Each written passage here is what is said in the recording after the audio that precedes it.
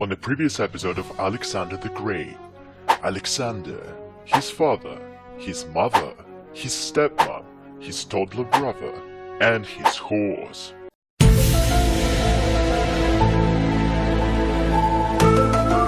And now, part 2. The Persians, who used to be very powerful, grew weak and lazy. They greatly underestimated Alexander's military genius.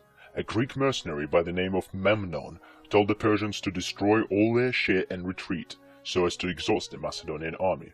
The king of Persians, by the name of Darius III, did not listen to the wise man and said that the Persians are the best and they will easily defeat all those barbarians. The first battle occurred at Granicus River. The Persian army deployed on the riverbank. They thought that Alexander would not dare cross the river and attack him, but Alexander gave no fucks. The victory was swift and shocked the Persians and the world.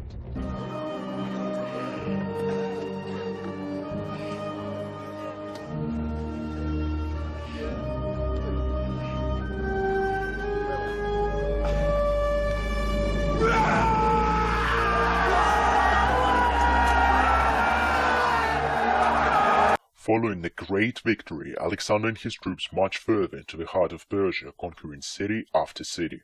On Alexander's way there was an ancient Phrygian capital of Gordium. Its ancient ruler left a so-called Gordian knot.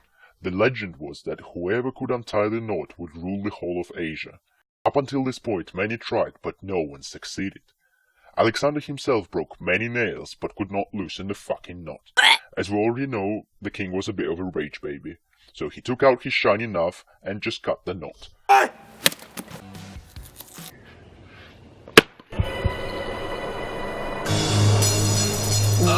Later on the king said that it did not matter how the knot was undone, and so the prophecy did indeed come true. Alexander did become the king of Asia. Well, not the whole of Asia, just the little part that the Greeks knew about. The Macedonians told each other about this story and were super excited, and so they went on to defeat Darius despite the fact the Persians had superior numbers. The Persian king fled, leaving his family and more importantly his wealth behind. Alexander ended up conquering all of Syria, and Persian men were slaughtered and many women and children were sold into slavery. At that point, Alexander just could not be stopped. He went on to capture Egypt and he built the foundations for another city there, which he so modestly called Alexandria. The final battle between Alexander and the Persian forces took place in 331 BC.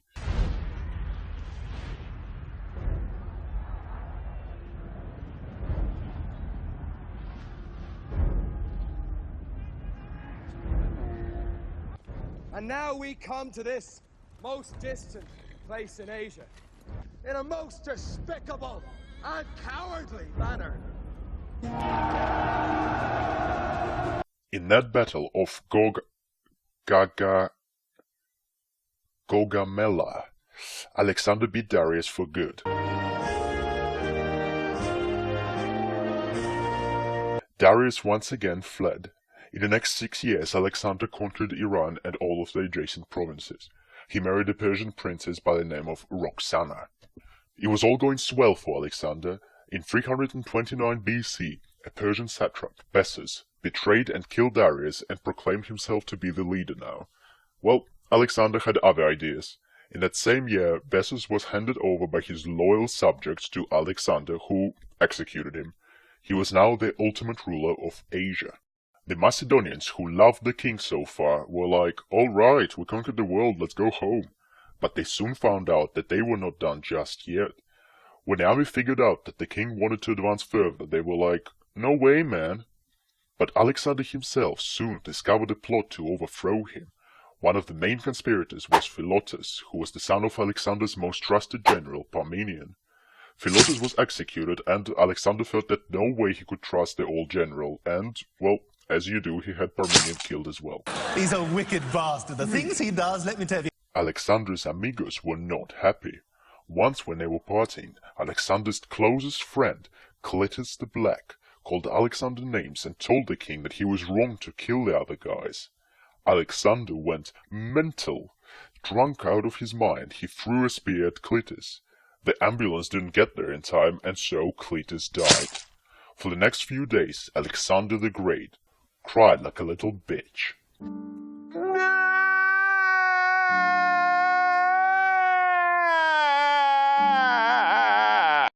But it was soon time for more conquests, and so Alexander forgot all about this terrible loss.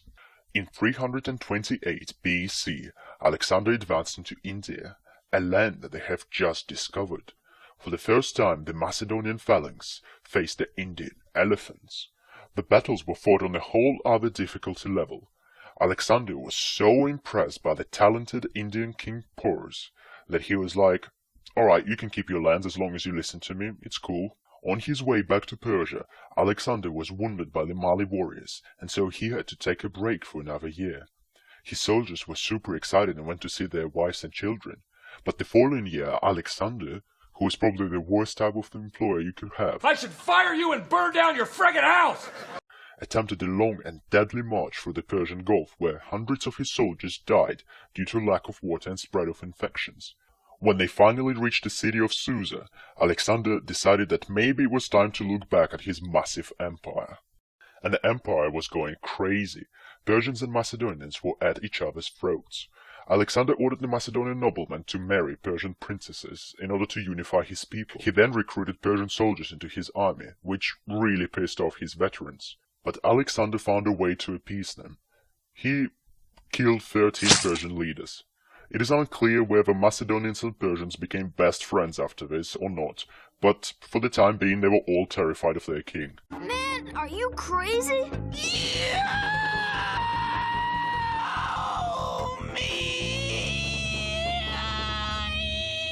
While in India, Alexander did not quite grasp the concept of karma, and he got what was coming to him soon. Alexander's best friend, whose name was HisciStories, died of fever that year. Some say that the two were lovers, and some say that it wasn't true and HisciStories was like Samuel Ganji to Alexander's Frodo. Wait, is that not the same thing? Sam, I'm glad you're with me. No? Wait, Sam wasn't gay? Huh. Alright. Well, in any case, Alexander lost the person that he cared for the most. He was very depressed at that point, but his addiction for conquering shit did not go away. In 323 BC, Alexander was contemplating heading over to Carthage and Rome and conquering those cities too. But his time was up. After partying for a few days, he came down with a fever. And he wasn't just hungover, the king was proper sick. It soon became clear that Alexander was dying and everyone started panicking. Oh my god! Okay, it's happening! Everybody stay calm! Everybody stay calm! On 13th of June, 323 BC, the warrior, the general, the raging baby, and a great king, Alexander, died. According to the popular legend, when asked who he would leave the great empire to, Alexander replied, "Toi karati, ta kratis tu..." What is this? You know I can't read ancient Greek. What? Yeah, give the English version. Right. Alexander replied, "To the strongest." This vague remark was not very helpful. After the king passed away, his empire collapsed, and his followers fought amongst each other. But the legacy of the great commander survived centuries. As it happens, Alexander never lost a battle in his life.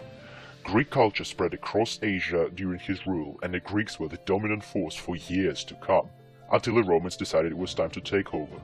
But that is a whole other story.